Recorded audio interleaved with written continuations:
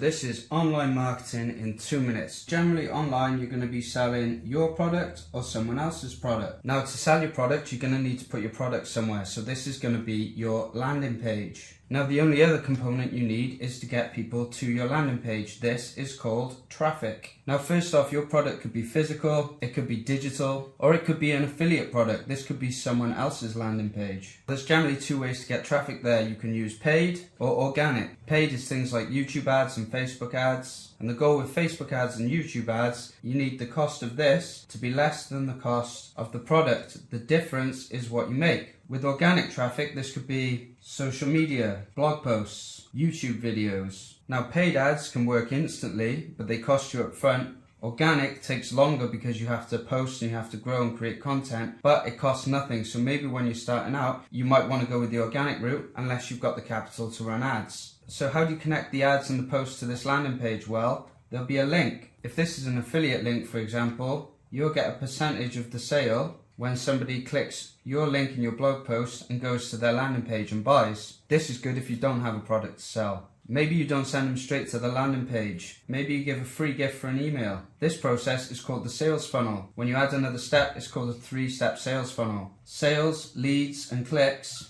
are called conversions.